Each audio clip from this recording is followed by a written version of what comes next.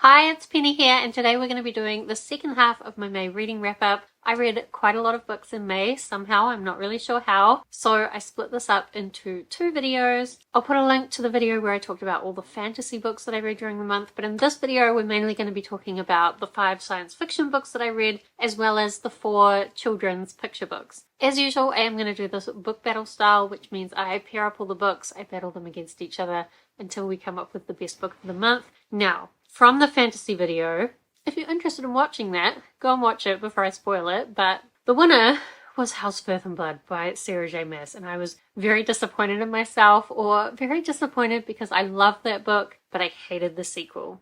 So we're really hoping that something from this video can beat House of Earth and Blood, because I don't want House of Earth and Blood to be my favourite book of the month. But anyway, let's get into talking about the books. Our first battle is going to be between Defekt by Nino Cipri and Extraordinary by V.E. Schwab. So, Defekt is just a short little novella. Maybe this is how I read so many things. I read a lot of short things, primarily for Bookopoly. But anyway, Defekt is the sequel to Finna, which is another novella.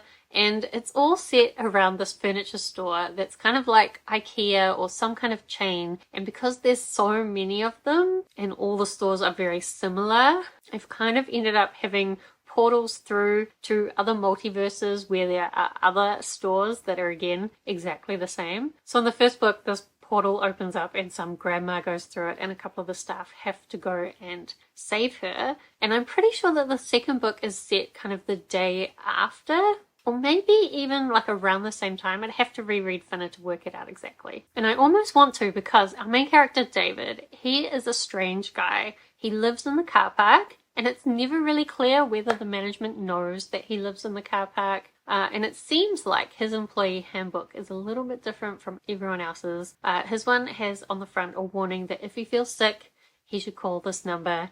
And as it turns out, he's sick. But he doesn't call the number because he gets some advice from another staff member. And then things get a little bit weird in a way that leads to him meeting some people he has a lot in common with. So I thought this was a really interesting exploration of identity, especially within like a corporate world where there's this expectation that all staff are actually going to be pretty much the same, when of course they're not. The only downside is that because it was so short, we didn't really get to explore some of these ideas as much as I would have liked to. And I'm not really clear whether there's going to be more books in this world or not, but I would really like to see some more, especially some from like the management's perspective. Another thing I would really like to see is for this particular novella to be made into some kind of like Tim Burton-esque animated short, because there are some animated inanimate objects as part of this one that I really enjoyed. So I did enjoy this one, I just wish it was a little bit longer, and I will definitely be keeping an eye out for whether there'll be more novellas in this series. Although to be honest, I almost wish the author would write like a more adult version of the story and like a more full novel version.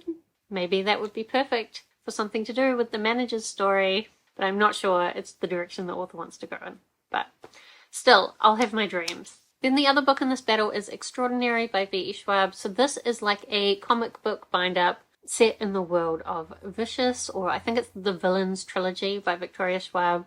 So in Vicious, we have a couple of guys at college investigating extraordinaries, who are these people that have extraordinary abilities. And I really love the way that these powers come to be and how these powers work. Although I do feel like saying what it is a little bit spoilers for the first book, so I won't say what it is exactly, but I do really enjoy it. I had heard that the comics didn't really add much to the story, and I guess I agree. But still, I did think it was a little bit of fun. There was one bit where it tried to wrap up like the whole of Vicious in 3 pages of comics, and I don't really know how that would have come across if you hadn't previously already read the book.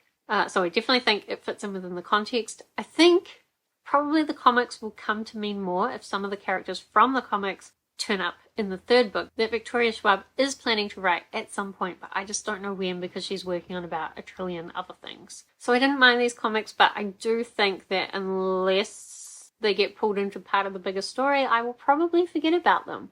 So, if I'm putting these 2 books up against each other, I would definitely say that Defekt was the more memorable story. I thought the themes were more interesting. The characters were probably more developed. Yeah, the characters were more developed. And I just think it was a better story. So I'm going to put Defekt through to the next round. Then we've got a couple of longer stories. So firstly, we've got Cytonic by Brandon Sanderson up against Children of Dune by Frank Herbert. So both of these books actually are third books in the series. Cytonic was quite a big disappointment for me. I really loved Skyward. In Skyward, we've got this girl Spencer, and she is living with the rest of humanity on this planet where they have to live underground because anytime they try to leave, they get attacked by these aliens. And our main character Spencer really wants to join the Air Force and help her people with this battle, but unfortunately, her father ran away during a fight, and as a result, her family isn't very well respected, so she has to work really hard to earn her place. Honestly, the story was great. It had a really humorous AI character and just a really amazing cast of characters. I know the cast of characters is something a lot of people liked, and unfortunately, in the second book, Spencer moved to a whole new location with a whole new cast of characters. Pretty much didn't see any of the old ones at all, and so it was almost like a completely different story.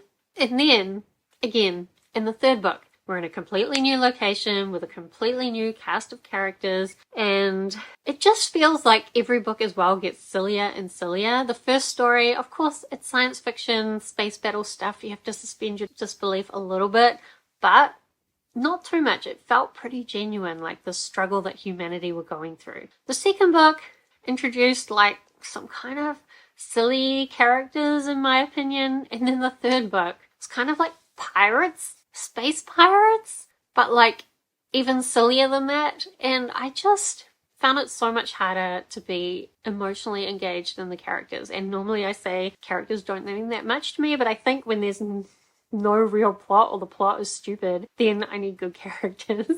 And as well, like there is some interesting things about the world, and like the reveal at the end, I didn't like the way the reveal was done, but I did like the actual concepts that he's dealing with. I just don't like the story that he's writing. And I don't know how long the series is going to be at this point. I feel like he might stretch it out a bit. And I also feel like the direction he wants to go in and the whole silliness thing he's going to do is what he thinks he needs to do for a young adult book. But I don't think that's true. I think he could cut out a lot of the silliness and just focus on the actual emotional issues and the struggle that all these people are dealing with, and it would be a much better story. And I think as well, like instead of having Spencer always going off by herself, it would help a lot if she had her friends that she made in the first book with her. But she doesn't. The only thing I do still like about this series is Doomslug. Basically, Doomslug is carrying the whole series for me. And even in the third book, Doomslug mostly wasn't there, but the last little bit, I enjoyed that. And there are a few novellas that Brandon Sanderson has written around Cytonic, so 2 that come just before, and 1 that comes afterwards. These are covering what's happening with all the characters that you actually care about, and like these characters who are actually dealing with the actual struggle that matters. So I almost feel like the novellas that he's writing around the main books way more interesting, and those did have Doomslug-ish in them. So I still need to read the final novella that comes after Cytonic. I'll probably do that because, as I just said, I think the novellas are going to be better than the actual books. But will I actually continue the series? Maybe I'll wait to see what other people have to say about it first, because I was disappointed. And I feel like it's not that often that I'm disappointed in Brandon Sanderson, but this reminded me that it is possible. Anyway, then the other book that I read was Children of Dune. So this is the third book in the Dune series. This one primarily follows Paul's children. And in a lot of ways, it's a battle between generations. So the world of Dune is well into the future, and there's been this selective breeding program leading to these 2 children having a whole bunch of very special abilities, some of which their parents had, some of which they didn't. And also, some of these powers, the older generation don't think they should really be dabbling in. So it's kind of this disagreement with them about what the younger people are doing. And I really like some of these different abilities, and the whole world is a very interesting world. But if you're going to go into this book, you have to be ready for like a lot of logical thinking and verbal sparring. I'm not really a fan of the writing style. It's very dialogue heavy and doesn't often explain things very well. And most of the time it's just 2 people talking, trying to manipulate each other, or one person thinking through what's been happening to them and like logically trying to predict the future. And I found that if I listened to too much of this at once, I just got very overwhelmed with all the thinking. As well, there's multiple times throughout the book where people are sure they know what's going on, and then later it turns out that they were wrong. And so when right at the end one of the characters declares that they know what's going to happen in the next 4,000 years, I was like, well, sure, but what about all the times you were wrong? So I did feel like the ending was a little bit anticlimactic, and it was also quite drawn out, I thought. I kept checking my audiobook, like, is this finished yet? Which probably goes to show that I wasn't necessarily enjoying my reading experience, especially near the end. However, I do think the world is really cool and the ideas are really cool, so I am going to continue the series, although luckily the next book has a bit of a whole queue, so I'm kind of glad that I get a bit of a break before I have to attempt the next one, but I'm also really interested to see what ideas are going to be explored. I will also say in this one, I did feel like the woman of the story got to play a more active part. In the previous couple of stories, I felt more like the women were just there to kind of support the stories of the men, whereas this time it was almost the women's stories that played a bigger part in what was happening. So I did appreciate that improvement, because in previous books they definitely weren't using the potential of the woman at all. So if I'm putting these two books up against each other, it's actually hard. I mean, I like Brandon Sanderson's writing style a lot more. It's a lot more consumable than Frank Herbert's, which is not a surprise because Dune is quite an old book series at this point. So like Cytonic was a fun and easy read. Was it fun, or was I just annoyed most of it? I was annoyed at it, but it's trying to be fun. And there are some fun moments, but Dune is not really fun. It's more like intellectual. And I want to say I'm going to pick Children of Dune because I'm such an intellectual, but actually it was a bit too intellectual for me. But this is stupid. Of course I'm going to choose Children of Dune because Cytonic just made me really angry, whereas Children of Dune, like, I could appreciate what it was doing even if it wasn't the perfect book for me. Whereas Cytonic, I was like, this is not the perfect book for me, and I don't know who would like this because it's just stupid. Although, of course, I know some people will still like Cytonic, and it does have a fairly high rating, but I know as well I'm not the only one who's frustrated with the direction it's gone in. But anyway, Dune had some really amazing ideas. The world is really interesting. And so even though I don't really like the writing style, I am going to choose Children of Dune to go through to the next round. And actually, just to keep things easier and clearer in my head, we are going to put Children of Dune up against Quozl by Alan Dean Foster. So Quozl, this is one I picked up. I've got it here.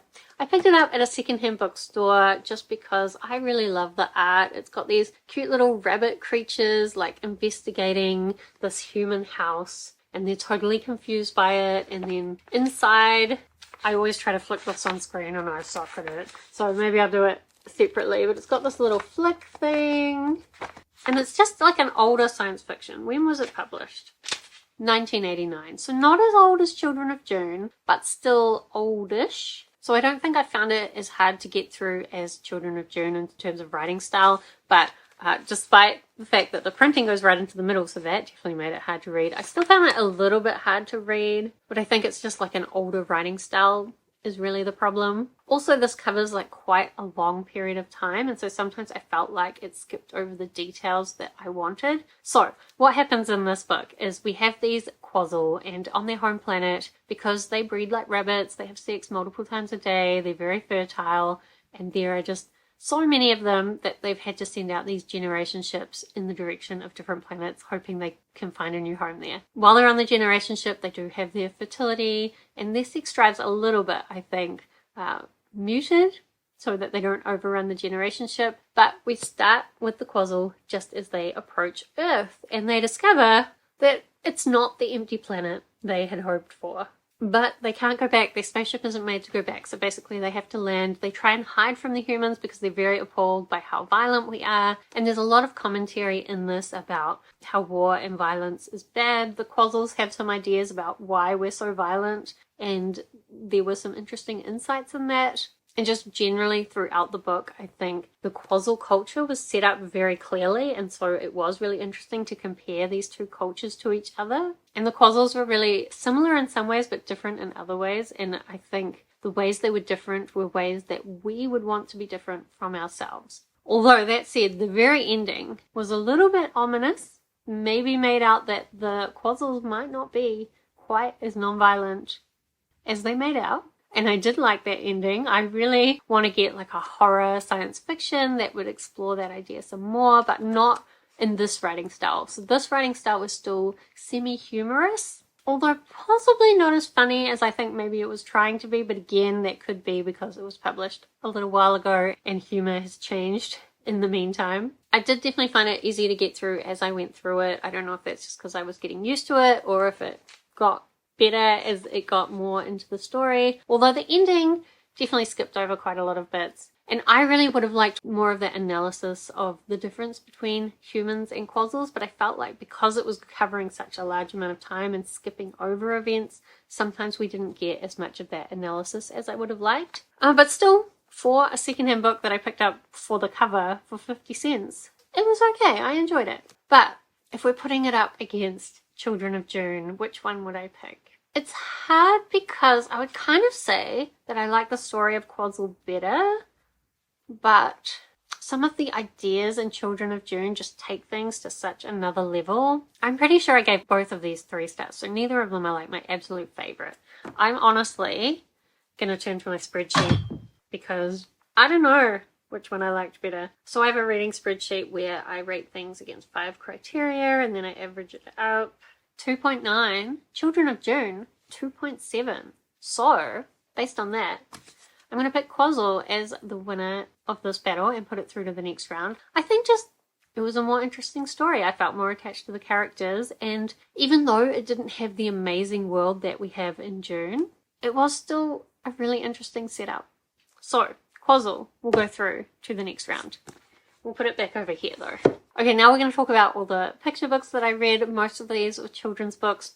All of these are children's books. And I think all of these I read during Bookopoly because I was just looking for some quick books so I could win that 48-hour readathon. But I did really love some of these books, so I still definitely want to talk about them. So our first battle is going to be between Dewdrop by Kay O'Neill and Aquicorn Cove by Kay O'Neill. So Dewdrop is just this adorable axolotl, and they're going to have this sports day with all these underwater creatures. Like there's turtles and fish and I can't remember what other characters, like a crocodile maybe? Anyway, Dewdrop's friends are all going to participate in different competitions and they're feeling quite nervous about their abilities. But Dewdrop decides to be a cheerleader and just goes around each of his friends and kind of gives them a little bit of inspiration, a little bit of self-confidence. And then we follow them as they kind of win their events, even if they don't do kind of the traditional version of good. And it was just a really lovely story that made me feel really positive about things. It's super short, but it was super fun. And I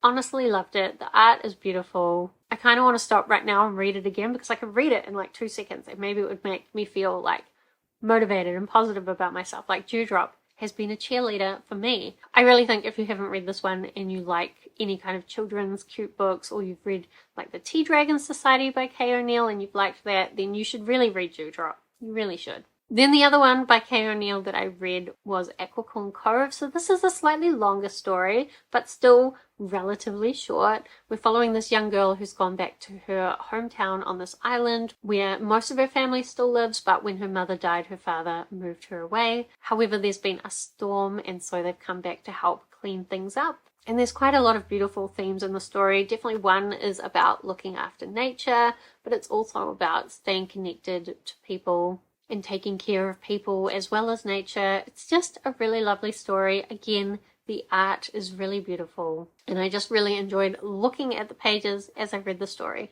I will say I did connect with this story a little bit less than I connected with Dewdrop. Maybe I just need a cheerleader in my life, but I'm not sure Aquicorn Cove was quite as good. Maybe that's not accurate. I just think Dewdrop is the perfect story for me, but Aquicorn Cove might be the perfect story for you. It's definitely beautiful, has a really great message. Oh, I have said in my notes that I thought the plot of Aquicorn Cove was a little bit fractured. I think that's maybe just because it was trying to address a few different things at once. But regardless, I feel like I've already given this away. The winner for this battle is going to be Dewdrop because I just love Dewdrop with all my heart. Okay, then we've got 2 more picture books. Firstly, we've got The Boy, the Mole, the Fox and the Horse by Charlie Mackesy up against A Mouse's Tale by Wayne Anderson. So The Boy, the Mole, the Fox and the Horse is one I've heard a lot about recently. I've seen a lot of people reading it and saying that it was really beautiful. I did see one negative review of it, and I definitely think you have to go in kind of being open to positive thoughts, because this book, it's not really about the art. The art is very abstract. It's more about kind of these inspirational messages, and obviously if you're not in the mood to take inspirational messages on, then you're probably not going to like this book. But I think if you go into it open-minded and really look at each of these things, and maybe you already know them, but maybe they're a good reminder. I just feel like if you're having a sad day, it could be good to remind yourself of some of the things in this book. So it's just some really lovely sentiments. And I didn't really feel like all of them applied to me, but there were some that in the moment I think made a difference to me. So if you're looking for something kind of soft and comforting and positive, then this could be a good book to pick up. And I definitely think it's one you could read multiple times as well, like every time you're sad, for example. Then the last book that I read in May was A Mouse's Tale by Wayne Anderson. This is a book that my sister found at a secondhand shop and gave me for my birthday. I just think the art is kind of lovely. It's like really dark and creepy-ish. Doesn't really want to be opened, but it's just a cute little story. There's a few words in it. Basically, we've got these mice that want to get married. Wait, I'll find a picture of them. These mice, they really want to get married. But the king of the mice says, well, you can't really get married unless you, the guy who wants to marry her, you need to go to the moon and prove that it's made out of cheese. So he talks to the elves and they say, oh, you know, if you get these things together, then we can probably like make a dragon and go to the moon. So he goes on a bit of a quest and eventually gets to the moon. I thought the moon was really lovely. It also involves all the Zodiac characters. Wait, let me find that picture.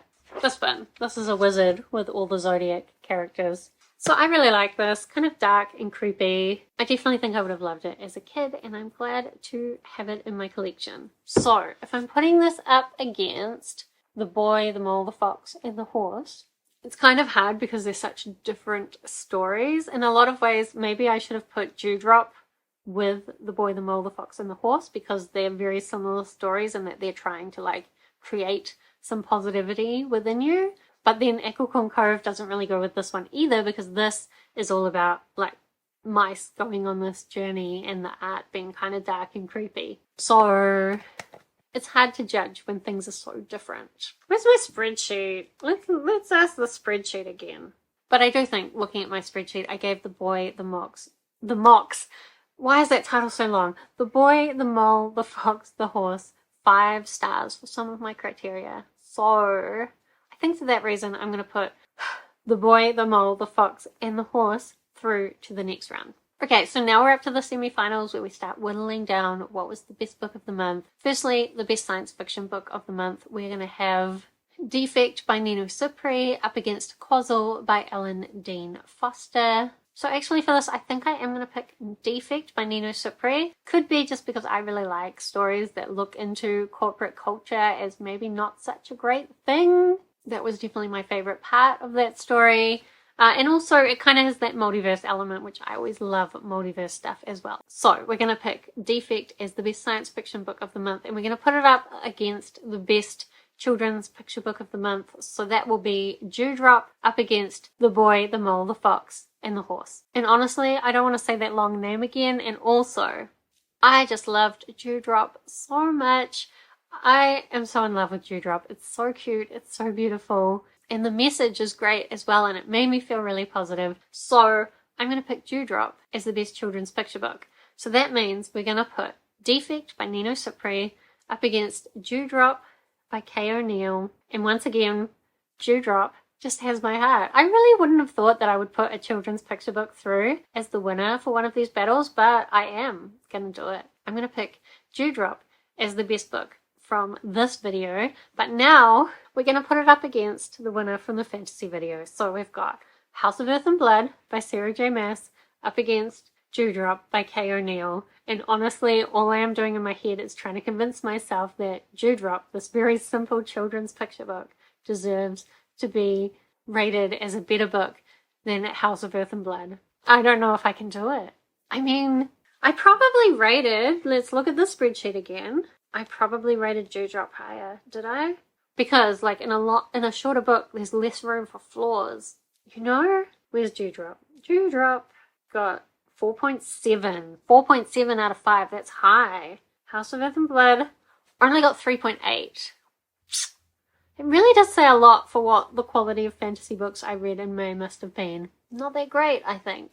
Anyway, huzzah! We're going to be picking Dewdrop as the best book of May. I am so happy that it isn't House of Earth and Blood, so I don't have to feel quite as disappointed in House of Sky and Breath. And maybe that logic doesn't make any sense, but you know what? I don't care. Let's just celebrate that Dewdrop was a really wonderful book, and I definitely recommend it. Anyway, those were some of the books that I read in May. Do let me know if you've read any of them, what you thought about them, because I would love to talk with you about it down in the comments, or of course let me know if you're interested in reading any of these. Otherwise, thank you so much for watching. I hope that you're doing well, and I will see you next time.